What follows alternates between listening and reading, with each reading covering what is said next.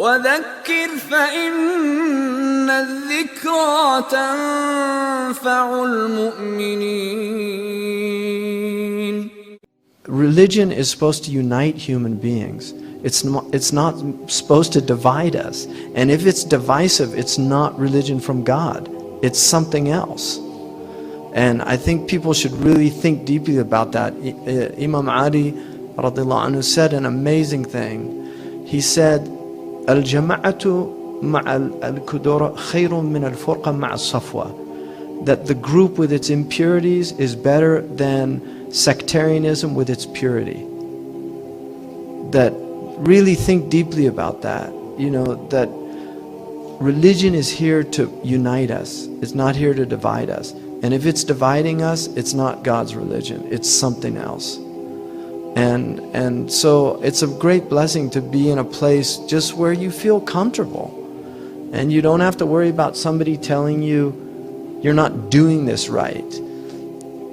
You know, and if somebody did correct you, it would be out of love and not out of this arrogant, pious, self-righteous attitude of superiority.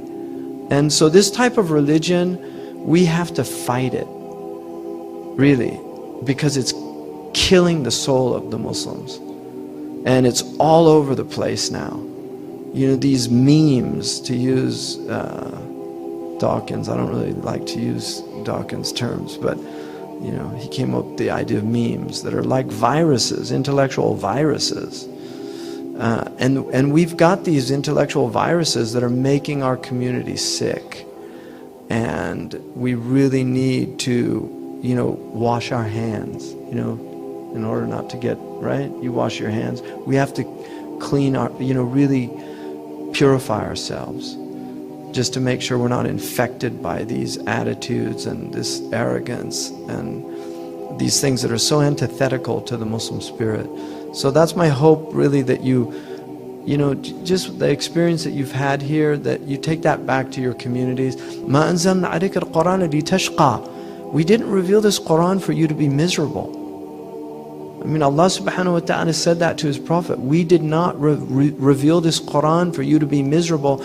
The mukhalafa, the understanding, the reverse understanding is أَنزَلْنَاهُ لِتَسْعَدْ. We revealed this book to make you happy. So if Islam is not making you happy, something's wrong with your Islam. And if you're making other people unhappy, you know, woe unto you for driving people out of Islam. You know, and there are people that are driving people away from Islam. And we're in the end game, people. I mean, if you don't see that, I don't know what planet you're living on. We're coming down to end game. Maybe it's 100 years from now. Maybe it's 200. I don't know. Those things are in the knowledge of God. But our Prophet said, بُعِدْتُ وَسَّعَ كَهَاتَيْنِ. I was sent, and the end of time are like these two. And he put his wusta and his sababa together, just like that. بُعِدْتُ أَنَا وَالسَّاعَةُ كَهَاتَيْنِ. I was sent, and the hour is like this. That was 1400 years ago. And in terms of how long humans have been here, it's not a long time, 1400 years. It's just a flash. So this is a time for people to have a lot of rahab, you know, just expansiveness in their hearts for people. Baza, baza. I wish I could quote it in Persian, but you know, we're in the city of Maulana Jalaluddin, and he has a beautiful qasida which is in the entrance to his maqam. Come again. Come.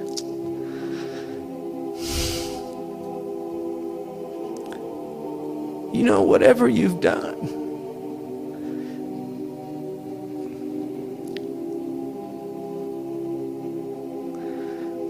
this isn't a caravan of despair.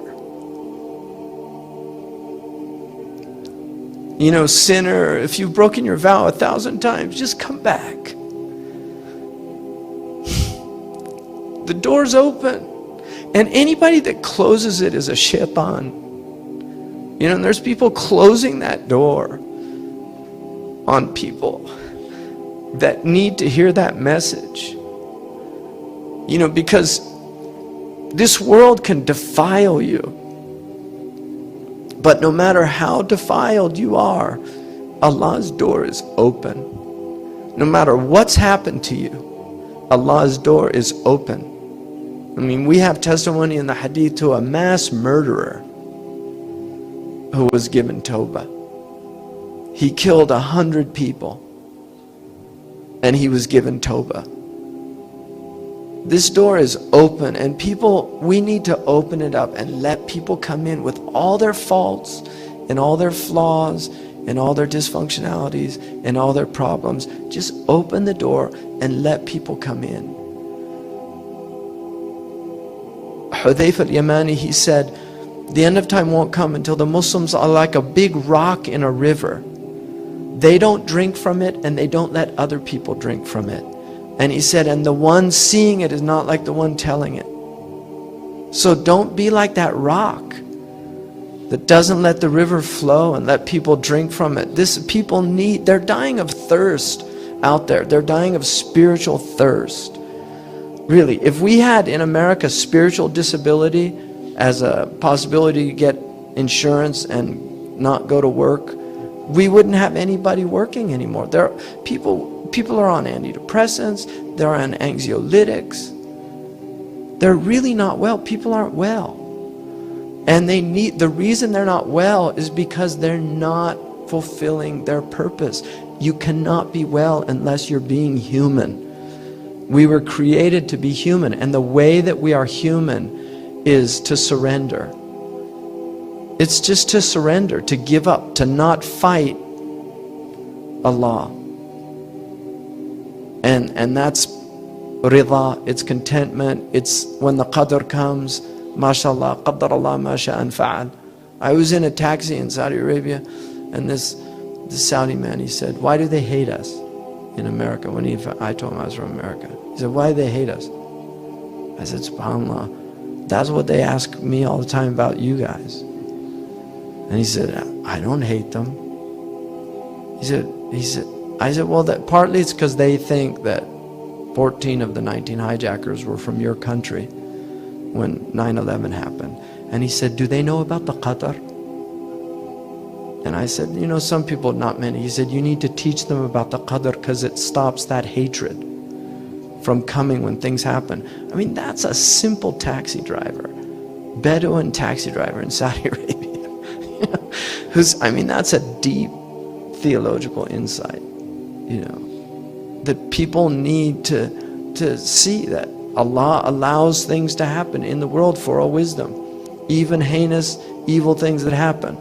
There's a reason why Allah has allowed us, enables us with our free will to do these things. So, anything. And then I also want to I've been thinking a lot, just being here. We've been in such blessings.